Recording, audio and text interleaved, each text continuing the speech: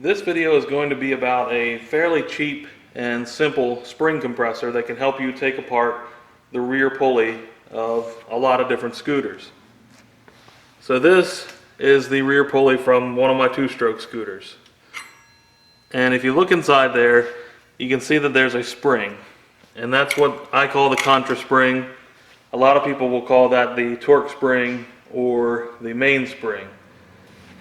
Whatever you want to call it, it can have a considerable amount of force behind it, and it can be difficult to control. With the small scooters, it's usually not too bad, especially with stock springs. And honestly, a lot of times with those, I will just put my feet on top of the clutch while I use an impact or a socket and a ratchet to loosen the nut, and I can control it pretty well that way. But in some cases, especially larger scooters, or if you use stiff aftermarket springs, they can be difficult to control, and it may be unsafe to even try to control them that way. And in those cases, you really should have a spring compressor. Before even getting started with the compressor talk, you will need to be able to loosen the nut on the rear pulley. Usually one turn to maybe two turns, because you don't want to loosen it enough that it lets go of the clutch or the plate that's on top of the spring, and then you've got to deal with that pressure before you've got your compressor in place. But just enough that it's loose so you can remove it later easily. So what I normally do is just use an impact and a socket that fits. You can also use a socket that fits and a ratchet and try to hold this, or you can get a holding tool like this that has pins in it, and they will align with holes in a clutch plate a lot of times. So you can hold the clutch still with this while you use a ratchet and socket to loosen it. I've got a video that I will link to about putting the pulley inside of a vise. The vise clamps on the nut, and then you use a strap wrench or an oil filter wrench to loosen it a little that way. And I'll also put a link in the description. I believe his name is Moto Man, but I could be wrong. That has a video about using an adjustable wrench that you put on here and basically tap it on the ground to loosen the nut, and a lot of people seem to like that method, so again, I'll link that in the description. But one way or another, you need to get this nut just broken loose. Like I said, one turn, maybe two turns at the max before it even goes into the compressor tool. You'll also need a way to tighten the nut to the final specs after you've used the pulley, and again, it's going to be the same methods. You can use an impact, but if you do that, you're going to need some kind of limiter like a torque stick. You can use a ratchet, or better yet, a torque wrench, and check a service manual for specs, and again, use that with the holder of some sort, or you can put it back in the vise and tighten it that way. So this is about all you should need to make a simple spring compressor tool. And before I go into the details here, I do want to say I initially got the idea from a man that goes by BigWheelsTurning on YouTube, and he makes a lot of T-Max videos. So I'll put a link in the description to his channel. He showed a tool quite similar to this, though he did use a couple more parts for his, and that's where I got the idea. And it looks like he probably got the idea from checking out the Yamaha service manual, because their tool is made of metal, but it has a cap very similar to this. So anyway, what I've got here is a piece of 3/8 inch all thread. You want to buy a foot or so, and then you can trim it down to the length that you decide you need. This one is about 9 inches long, and I think that'll work for most jobs. A couple of nuts to match up to the all thread that you buy, so 3/8, and then a few washers. You may want to get fender washers. The reason being is they would just give you a little more support perhaps on the bottom of the pulley. Then this is a 2-inch PVC pipe cap, and if you go into a hardware or home improvement store, you should find that there's actually a lot of options that could work for this, like the pipe cap, and they have various kinds of caps and plugs. I chose this because on the T-Max you need something large enough that a 46mm nut can fit inside of here, and this would do the job there. On the smaller scooters, you won't actually need it that large, but it won't hurt, because it still can sit on the surface of the clutch and have plenty of room and be stable. Then you'll need to be able to put the all thread through it.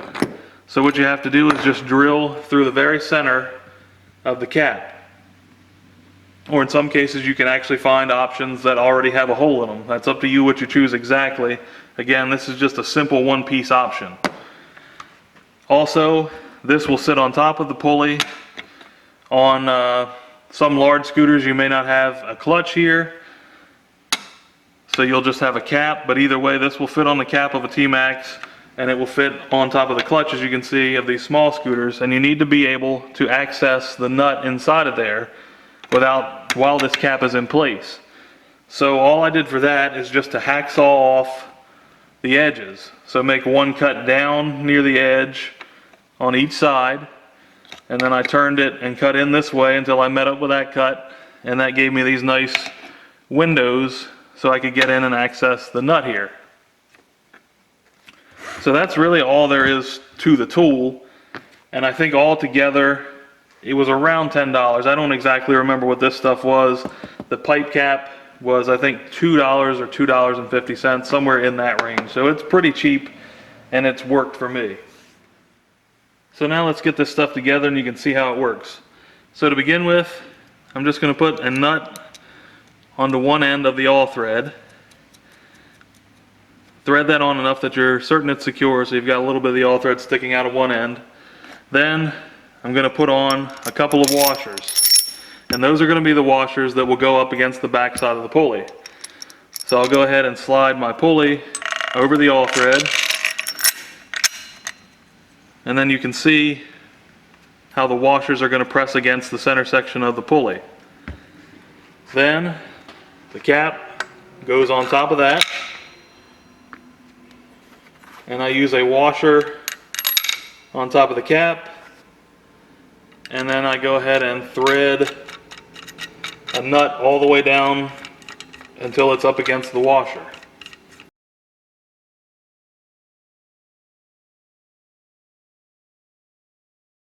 And you can see from the time it takes to thread that on that's why you will want to cut down the all thread to an appropriate length, because you don't want to have a 3-foot piece of all thread that you're threading the nut on for 15 minutes.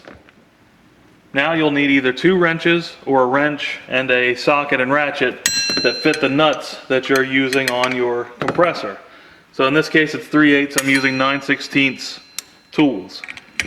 So I put the socket and ratchet on the rear of the pulley, and then I will use the wrench here on the front or the top of the pulley and begin to just tighten this nut down. Now since this was already installed, I'm not going to have to go very far. All I'm going to do is tighten this down enough that it takes pressure off of the nut inside here, and then I can loosen the nut. And I can go ahead and take the nut all the way off by reaching through those little holes. Okay, now the nut's all the way off. Because it's around the all thread and such, you can't actually get it out now, but that's fine. Then we're going to take the rear pulley apart by unscrewing the nut on the top of here, and that will gradually release the pressure from the spring and makes it very controllable so nothing flies off.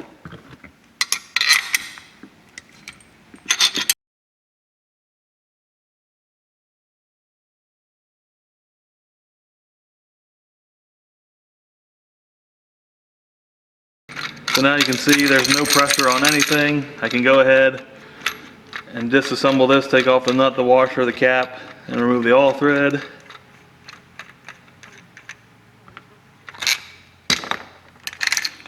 And there is my disassembled rear pulley. Installation is basically the opposite of the removal, but I'll go ahead and show you anyway. So go ahead, you can put your spring into place on your rear pulley, put your clutch or spring top, spring cap on, and then you've got the all thread. You should have the nut on there and the 2 washers for the bottom. Go ahead and slide the whole assembly you've got over top of that. Then you will put the nut that you need for the rear pulley over that, and then you put the cap on for the compressor, the washer, and the nut for that.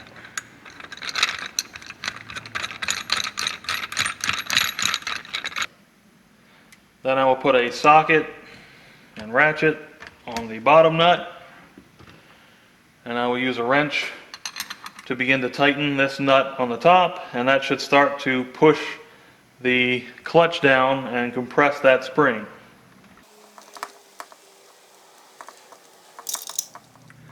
And once you get to the point that your clutch or your cap is just above the top of where the rear pulley is going to start to come through there, then you're going to need to take a second and pause and make sure you've got everything aligned so that the rear pulley will come through the clutch smoothly and you're not just putting excess pressure on there when they're not lined up. So just pause for a minute and make sure everything's lined up before you continue to tighten this down. So this is all lined up. I'm going to go ahead and put it back in the socket here and ratchet, and once again start using my wrench to tighten it. When you're doing this, make sure you're watching that this aligns properly and you're not just pushing the rear pulley into some other area of your clutch where it's not aligned to go through there. If you can't get the alignment right, go ahead and back it off a little bit, try to realign it, and then proceed again.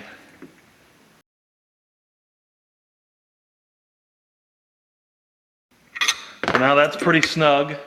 So what I'll need to do now is go ahead and get this nut started onto the rear pulley. Just by reaching through the sides, should be pretty simple. Start it and get it about as tight as I'm going to get it by hand. Now that the nut's on there, then I'm going to go ahead and back the nut off the awl thread to remove the tool from my pulley assembly.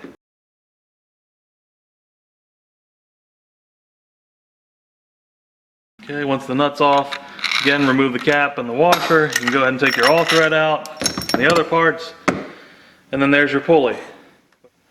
Now remember that you're not actually totally finished at this point because this nut hasn't been torqued properly. It's only been installed finger tight while it was compressed. So in the beginning of the video I talked about various ways to loosen and tighten this nut. So refer to that again, and if at all possible, get a service manual and try to tighten this to a torque spec as listed by the manual. That's about it for this video. So thanks for watching. If you liked it, please hit the like button, share it, and subscribe for more.